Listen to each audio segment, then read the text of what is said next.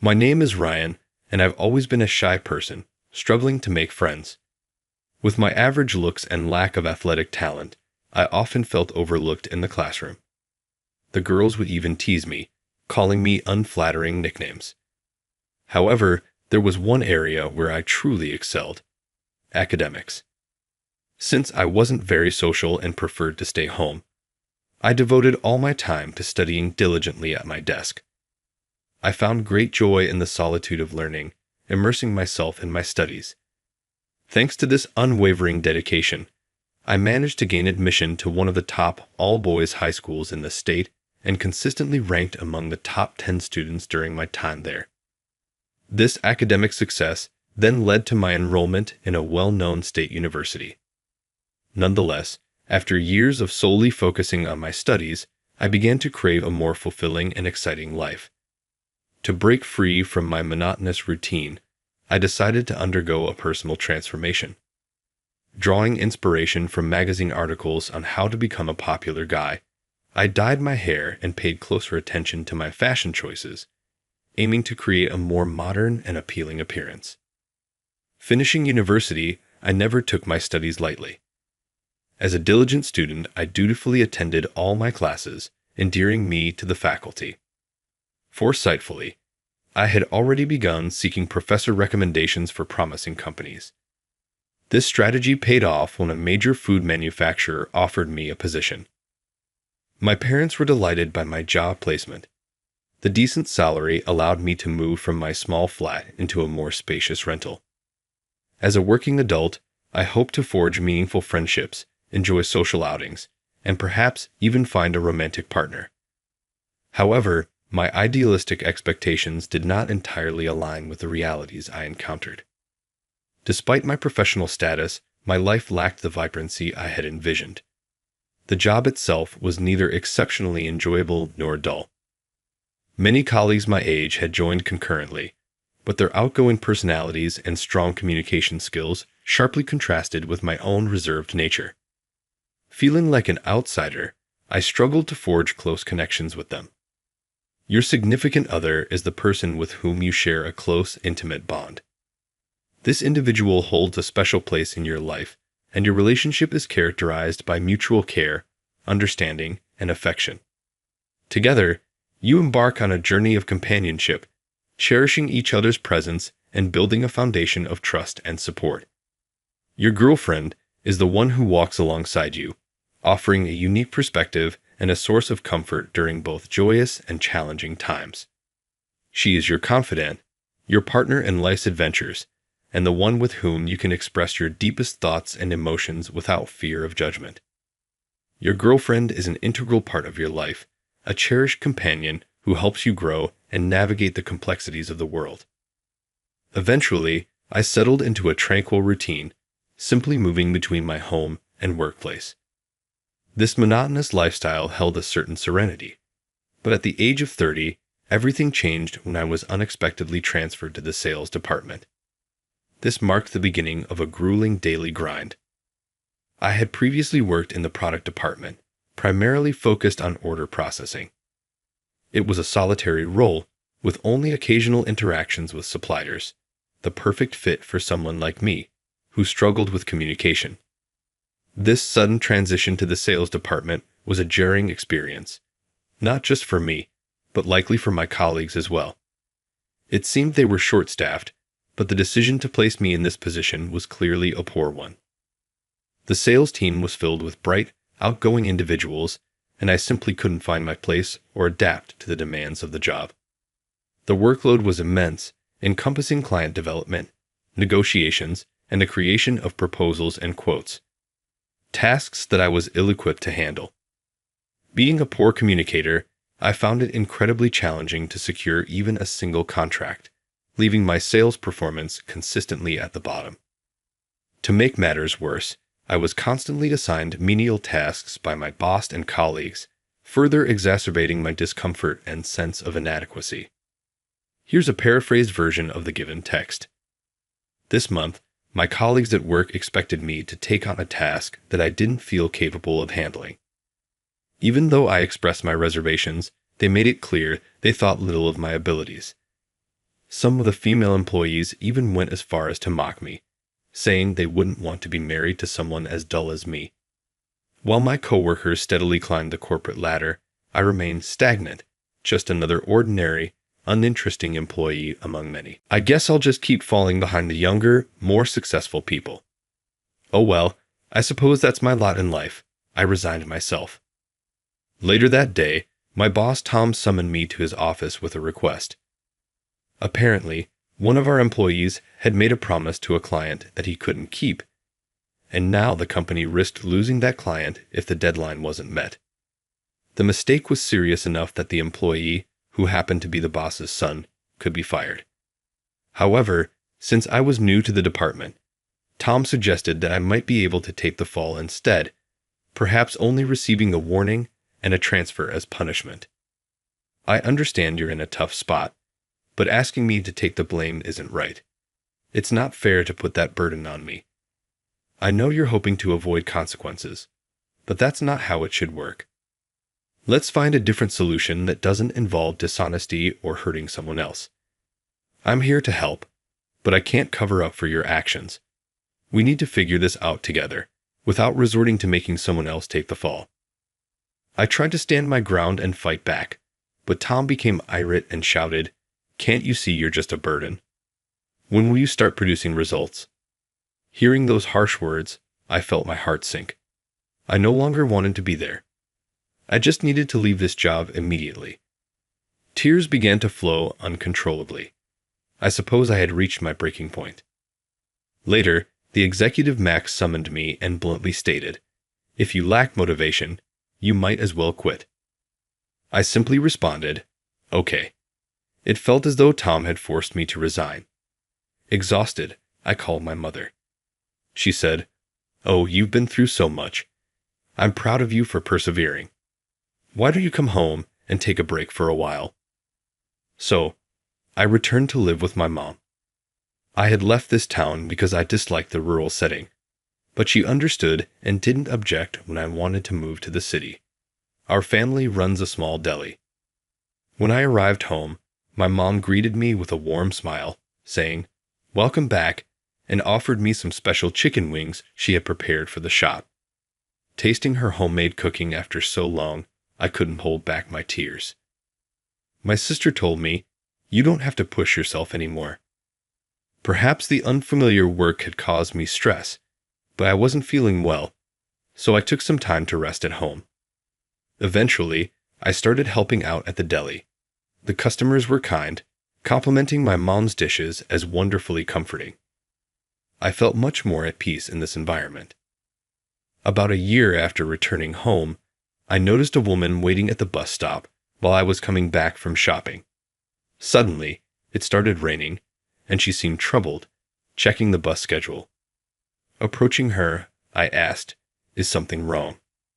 I usually wouldn't talk to a stranger, but I couldn't ignore her that day. "The bus is late," she said. Checking the schedule, I saw the bus should have arrived 30 minutes ago. It must be running late. "What a delay," I said.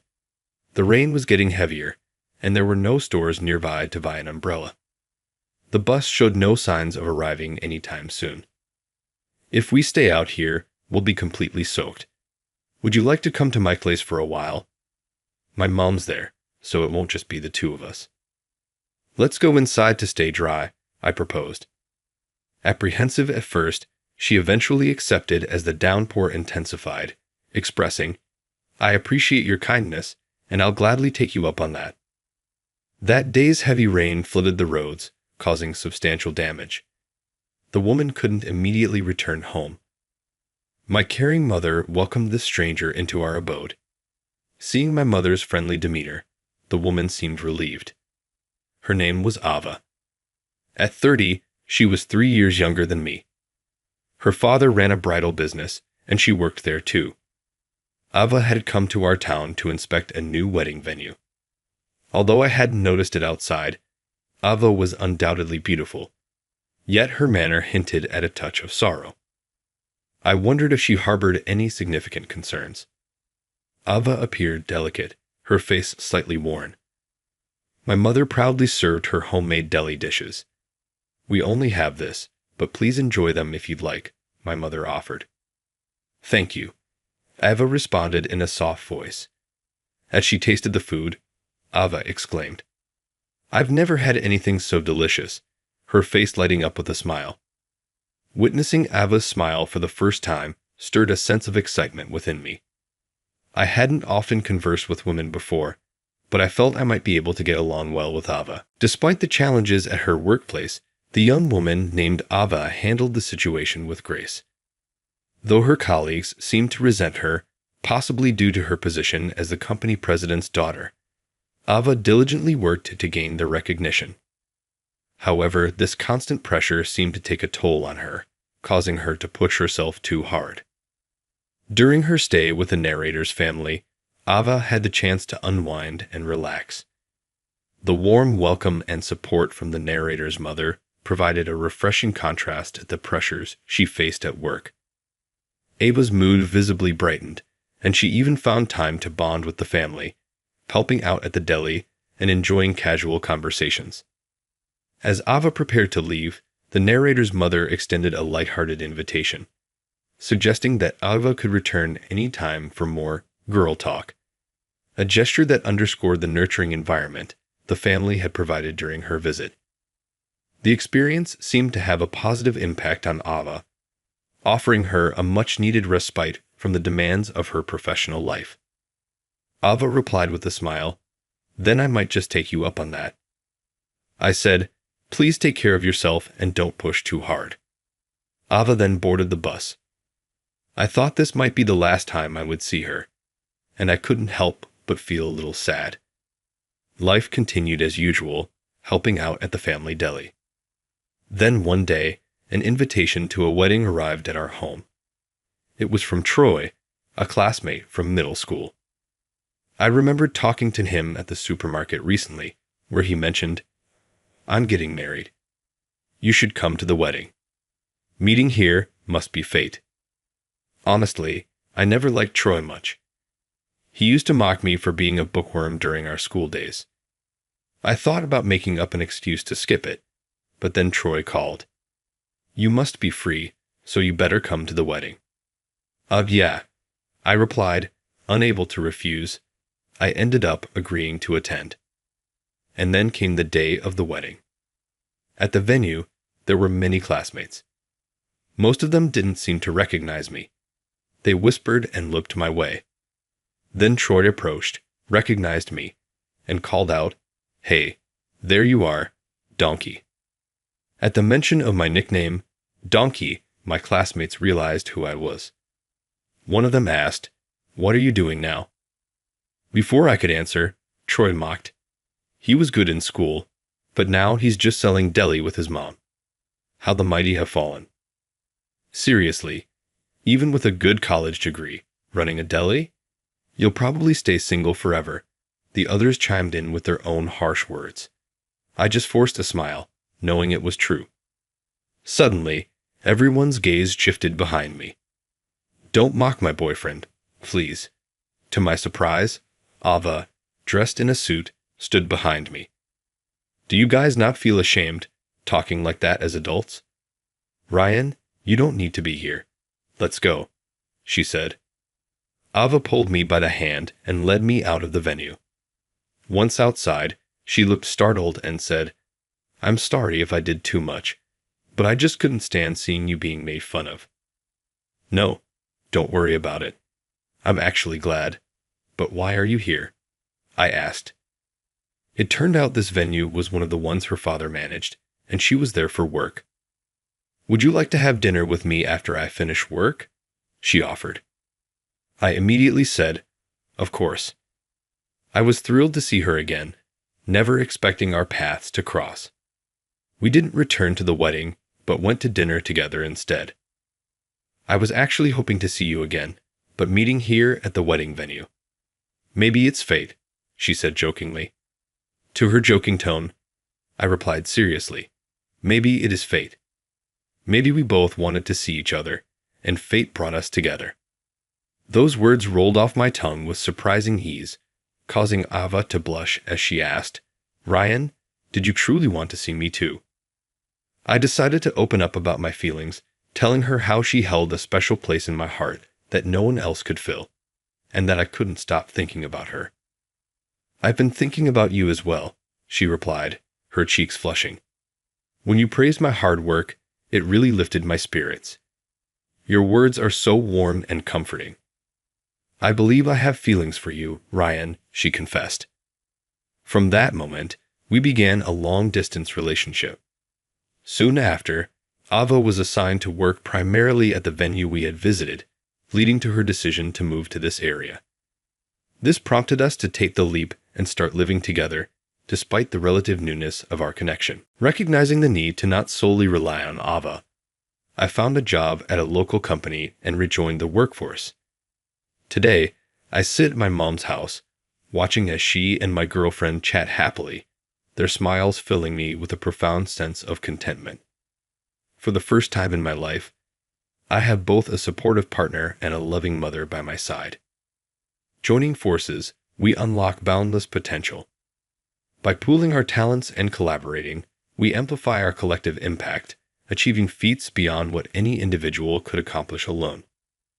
United, we transcend the limitations of solitary endeavors, harnessing the synergy that arises when diverse perspectives converge.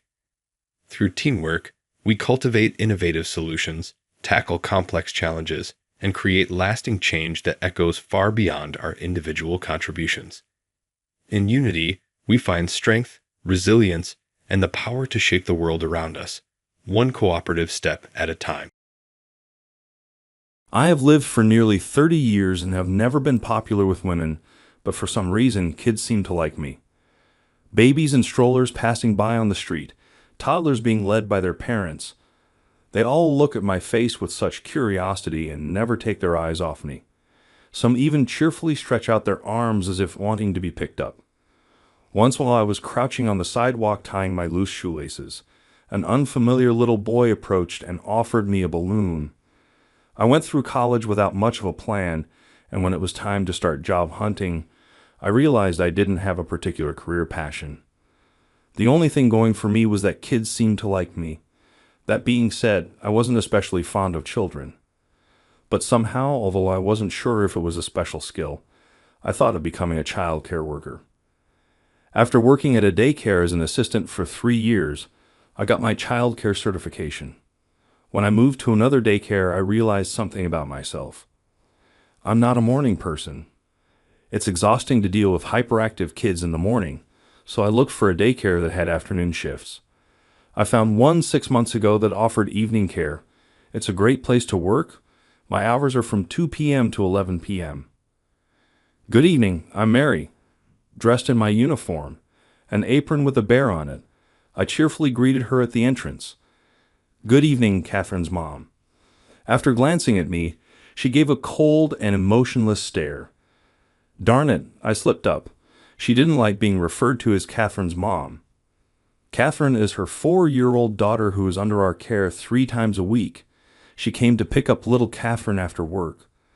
People often assume that parents who use night care work in nightlife professions, but in reality, they have various jobs like office workers, teachers, and entrepreneurs.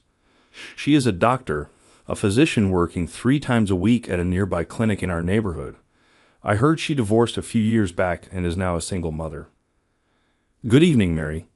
I quickly corrected my greeting and went to wake up sleeping Catherine. Man, that was nerve-wracking. I almost had a heart attack there. To be honest, I had a crush on Catherine's mom. I mean, Mary. I liked her pale skin, natural makeup, and her slightly stern and serene appearance. There is no reason you like what you like. I began to look forward to those brief moments when we exchanged a few words or when I updated her about Catherine's day. After all, in my eyes, it was just a fleeting crush from a plain man nearing his 30s who's never been popular with women. Whether it was the ice cream I had late at night, or maybe I caught a chill, I ended up with an upset stomach that day. I've always had a weak stomach. Thinking it was just the usual, I decided to get checked out at the nearby clinic. While filling out the form at the reception, I realized something huge. Today was the day to take care of little Catherine, which means she works at this clinic. Man, how clueless am I getting treated by her. Do I tell her about my upset stomach? Sweat poured down my forehead in a panic. I glanced at the staff schedule posted on the waiting room wall. Sure enough, among the 3 doctors listed, there was the name Mary. My chances of being treated by her were 33.3%.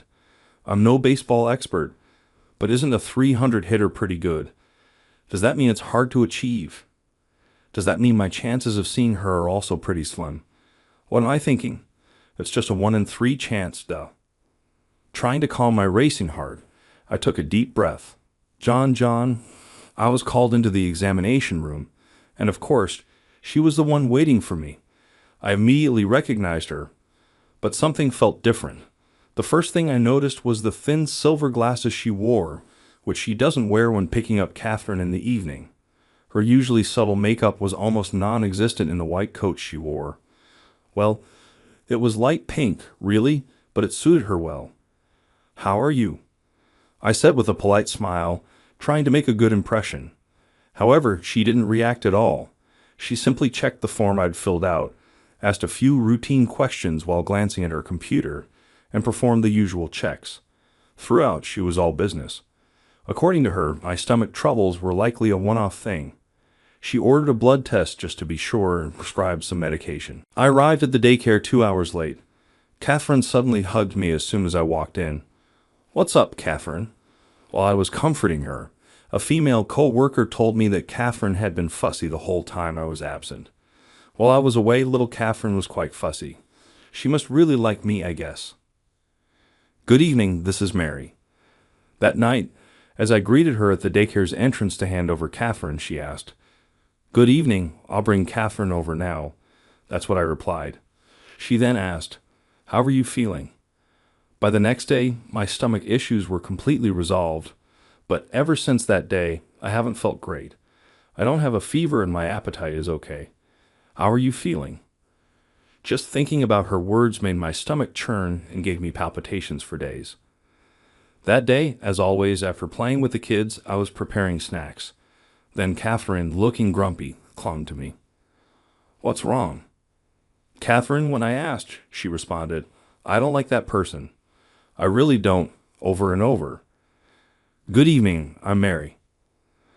That night, when she came to pick up Catherine, I reported the matter to her. "I'm not sure who she's talking about, but Catherine seemed quite troubled," I said hesitantly. Mary's face darkened as she responded, "I said so.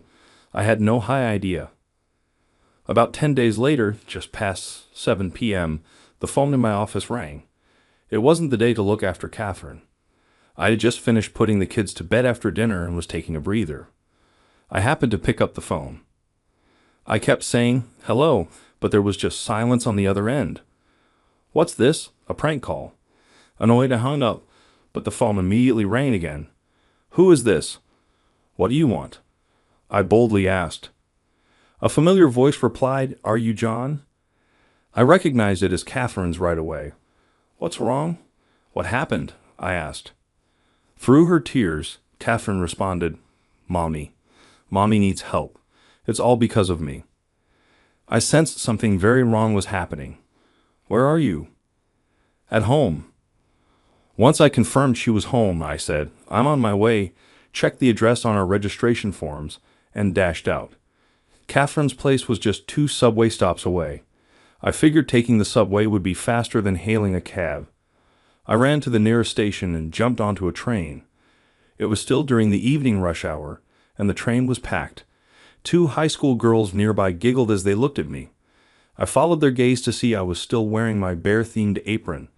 I took it off, clutching it under my arm, and used the scribbled address to find Catherine's apartment building. Luckily, another resident was just entering, allowing me to bypass the security door. I repeatedly rang the doorbell and called out to Catherine.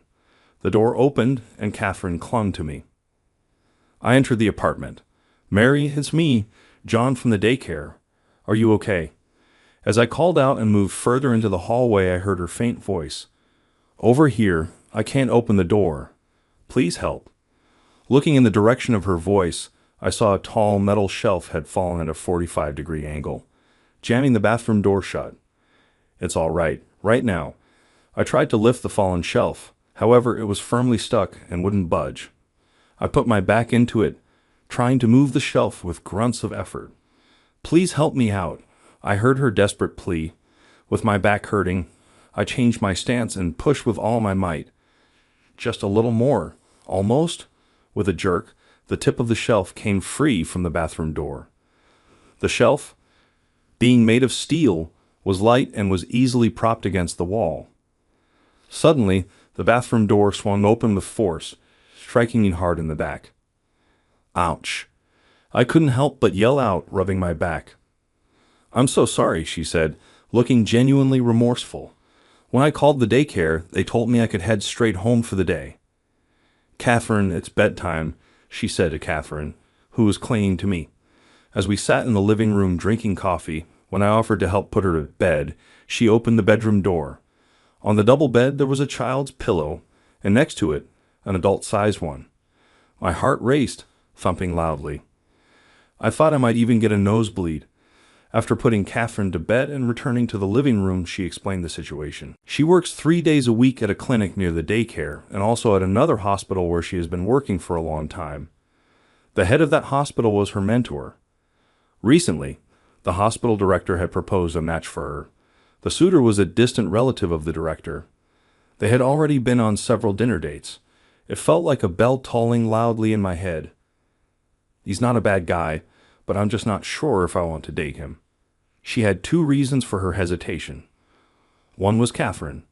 When she introduced Catherine to the guy, Catherine took an instant dislike to him. It finally clicked for me. I realized that when Catherine previously said, "I don't like that man. I hate him," she was talking about him. They had plans to meet him again on her next day off. But that night when she told Catherine about it, she became moody.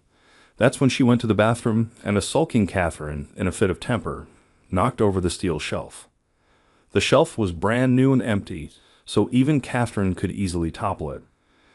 But how did you manage to call for help in that situation? As I was impressed, she mentioned she had set it up beforehand for an instant connection. I thought of calling the daycare on the spot and had Catherine call them, she said, then added sincerely, "Thank you," expressing her gratitude to me. After leaving her place and walking along the road in front of the apartment complex, a thought suddenly crossed my mind. What was that second reason she mentioned she was troubled about? About a month later, little Catherine was leaving the daycare. When I asked the principal why, he said it was due to her mother's work commitments. Then, on Catherine's last day, she said, "It's Mom's birthday soon. This is a gift," and drew a picture of her mother's face. When I tried to take a peek at the drawing, Catherine covered it with her body. "What's wrong, Catherine? Let me see." Despite my coaxing, she kept refusing to show it.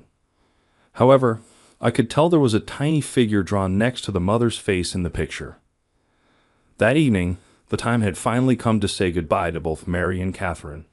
I plucked up the courage to ask Mary, "Is it about the job at that local clinic?" "I've decided to quit," she replied. Her voice sounded distant, and she seemed a bit irritated. She further explained in a matter-of-fact tone that she would now be working full-time at another hospital she had been affiliated with, which has a daycare facility. Catherine would be taking care of their full-time. So she's decided to go ahead with that matchmaking. Walking out to the daycare's gate to see them off, Catherine kept looking back and waving at me, but Mary never once looked back, seeming quite indifferent. I felt a lump in my throat. A few days later, a call for me came through at the daycare's office. It was Mary. She wanted me to come to her place next Thursday at 6 in the evening. I told her I had work and couldn't make it at that time. "Please make it work. I'll be waiting," she said, and hung up before I could respond. I was puzzled. Why would she want to see me? I had no clue whatsoever. I managed to convince the principal to give me the day off. All day, I was restless and couldn't even eat. I left my home a little past 4 p.m. The nearest station to her apartment was less than 30 minutes away, so I arrived over an hour earlier than the scheduled time. I went up to her apartment building a few times, then headed back to the train station. I wandered around the shopping district and returned to her apartment building again. After doing that a couple of times, I finally rang the doorbell at her building's entrance at 6:05. "We've been waiting for you. Come on in," she said. Despite having invited me over, Her voice lacked warmth or friendliness when she greeted me at the entrance. Her face was tense with anxiety. Urged by her, I stepped inside the apartment. Suddenly, Catherine came running from the back. "Long time no see, John," and she clung to my leg. Once led to the dining area, the table was laid out with a lavish spread: salad, fried chicken, French fries, pizza, and a whole birthday cake. Taken aback by the unexpected setup, I looked at her. "Today is my birthday. Remember, my 31st. "That's why," I thought to myself. She could have just mentioned it right from the start. "Catherine insisted on inviting you." Oh, wasn't Catherine drawing a birthday present for her mom the other day? Catherine then playfully slapped me, saying I shouldn't have mentioned it. The drawing was meant to be a surprise. "You knew about today, didn't you?" Well, I knew it was coming up but didn't know the exact date. Upon hearing this, her eyes widened and her face quickly turned red. "Oh my, how embarrassing," she exclaimed, covering her face with both hands. Just then, Catherine brought over the drawing she had made as a present. Both she and I exchanged knowing glances upon seeing the drawing. After that, the three of us sat down and enjoyed her birthday dinner. During dinner, she opened up about something personal, something I have never heard before and probably wouldn't hear again. She mistakenly believed that even after Catherine told me it was her birthday, I ignored it. She didn't like being referred to as Catherine's mom by me because she felt I saw her just as a daycare mom and nothing else. When she picked up Catherine from daycare, she always made an effort to put on makeup and contact lenses because she was conscious of me. She was absent on Catherine's last day at the daycare because the thought of not seeing me again was too painful for her. Basically, she had always had feelings for me. What about that matchmaking? I turned it down. She explained that her going full-time at the clinic run by the doctor who proposed the matchmaking was purely coincidental. She also said that he wasn't the type to mix personal with professional matters. That was me jumping to conclusions. Besides, the head doctor said, if that's the case, there's nothing he can do. What do you mean, if that's the case? The main reason she hesitated about the matchmaking was Catherine, but there was another reason I hadn't heard. That's because I have someone I'm interested in now. With that said, she unfolded the birthday present drawing that Catherine made. It was a portrait of her drawn by Catherine. What caught her eye, and she pointed out, was a tiny figure next to it, a man in an apron with a teddy bear emblem on the chest. And with that, my faint admiration became a reality.